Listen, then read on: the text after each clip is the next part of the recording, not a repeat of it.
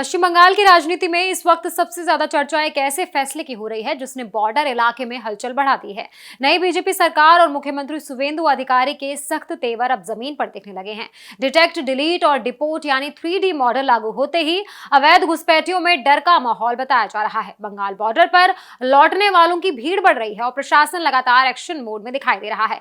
सवाल बड़ा है कि क्या बंगाल में अब अवैध घुसपैठ पर सबसे बड़ा अभियान शुरू हो चुका है। पश्चिम बंगाल में बीजेपी सरकार बनने के बाद मुख्यमंत्री सुवेंदु अधिकारी लगातार बड़े फैसले लेते हुए नजर आ रहे हैं।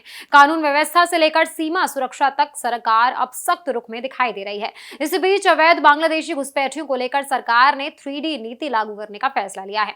3D यानी डिटेक्ट मतलब पहचान करो, डिलीट यानी सरकारी रिकॉर्ड से हटाओ और डिपोर्ट यानी कि देश वापस भेजो। सरकार का कहना है कि जो लोग बिना वैध दस्तावेजों के राज्य में रह रहे हैं उनके खिलाफ अब तेज कार्रवाई की जाएगी। मुख्यमंत्री सुवेंदु अधिकारी ने अधिकारियों के साथ हाई लेवल बैठक की और साफ कर दिया कि राज्य की सुरक्षा से कोई समझौता बर्दाश्त नहीं होगा। इसी सख्ती का असर अब जमीन पर भी दिखाई देने लगा है। ताजा जानकारी के मुताबिक उत्तर 24 परगना जिले के विथारी हाकिमपुर बॉर्डर इलाके में बड़ी संख्या में लोग पहुंचने लगे हैं। रिपोर्ट्स की माने तो इनमें कई ऐसे लोग बताए जा रहे हैं जो बिना वैध दस्तावेजों के भारत में रह रहे थे और अब बांग्लादेश लौटने की कोशिश कर रहे हैं। सीमा इलाके में अचानक भीड़ बढ़ने से अफरा तफरी जैसे हालात बन गए। सुरक्षा एजेंसियां अलर्ट मोड पर हैं और BSF लगातार निगरानी बढ़ा रही है। बताया जा रहा है कि इनमें कई लोग कोलकाता और आसपास के इलाकों में मजदूरी, होटल, घरेलू काम और निर्माण कार्य से जुड़े हुए थे। सरकार ने मालदा और मुर्शिदाबाद जिलों में 2 नए होल्डिंग सेंटर भी शुरू किए हैं। यहाँ संदिग्ध अवैध प्रवासियों को रखा जा रहा है। मुख्यमंत्री सुवेंदु अधिकारी ने साफ कहा है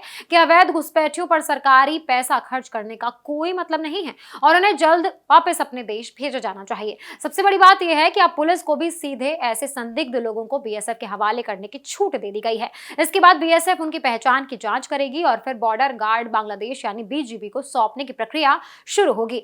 इससे कार्रवाई पहले के मुकाबले काफी तेज हो सकती है। बीजेपी इस पूरे अभियान को राष्ट्रीय सुरक्षा से जोड़कर देख रही है। पार्टी नेताओं का कहना है कि पिछली सरकारों ने वोट बैंक की राजनीति की वजह से इस मुद्दे पर सख्ती नहीं दिखाई, लेकिन अब राज्य में कानून के हिसाब से कार्रवाई की जा रही है।